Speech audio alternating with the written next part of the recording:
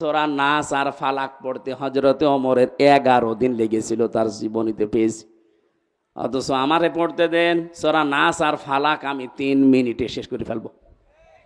তাহলে হযরত ওমর মনে হয় পড়তে পারতেন না, তাই তার এত সময় লাগলো কোন কারণে? যে আয়াত পড়তেন ওইটা তার প্র্যাকটিক্যাল লাইফে মিলাতেন। কুল আউযু বিরাব্বিন নাস। আল্লাহ পাক বলেন, নবী আপনি বলুন আমি আশ্রয় চাই মানুষের রবের কাছে। এখন রব কি? রবের অর্থ প্রধানত 19টা। উনি এই 19টা বিষয় নিজের জীবনে মিলিয়ে দেখতেন। রব মানে আইনদাতা, রব মানে প্রতিপালক, রব মানে উকিল, রব মানে এরকম যত আছে মিলাতেন, দেখি আমার জীবনে মেলে কিনা। যখন দেখতেন রব মানে আইনদাতা, আমার জীবনে আল্লাহর আইন আমি যতটুকু ওই সমর্থ আমি মানতে পারছি। রব আমার রিজিক দাতা, আমি আল্লাহ বাদে অন্য কাউকে রিজিকের উপরে ভরসা করি না, মানিও না। একটা একটা করে 19টা মিলিয়ে ফেলতেন। তখন বলতেন পরবর্তী আয়াত দেন মালিকিন নাস। আমরাও তো কোরআন এইভাবেই পড়ি। তার 11টা আয়াত পড়তে 11 দিন সময় লেগে যেত এইভাবে মিলাতে। আর আমাদের এক খতম করতে দেবেন 11 ঘন্টায় পুরা কোরআন পড়ে শেষ করে আর এক খতম শুরু হবে।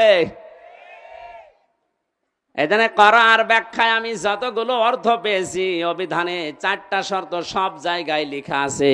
কেউ যদি কোরআন পড়তে যায় সে যেন শুদ্ধ করে পড়ে।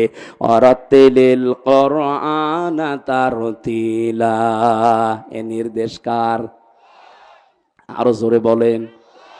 2 নম্বরে কোরআন শুধু পড়লে হবে না, আফালা ইয়াতাদাব্বারুনাল কোরআন। কি হয়েছে তোদের? কোরআন নিয়ে কেন চিন্তা ভাবনা করো না? না বুঝলে আপনি চিন্তা করবেন কি দিয়ে? 3 নম্বরে এটা আপনার প্র্যাকটিক্যাল লাইফে আপনি মেলাবেন, বোঝার চেষ্টা চালাবেন। 4 নম্বরে যতটুকু বুঝেছেন এটা যেন মানুষ মানতে পারে সেই ব্যবস্থা করে দেবেন। এই 4টা শর্তের নাম হচ্ছে করাআ। 4টার নাম কি? এভাবে যারা কোরআন পড়বে আল্লাহ পাক বলেন আল্লাযীনা আতাইনাহুমুল কিতাবা ইয়াতলুনাহু হাক্কা তিলাওয়াতি।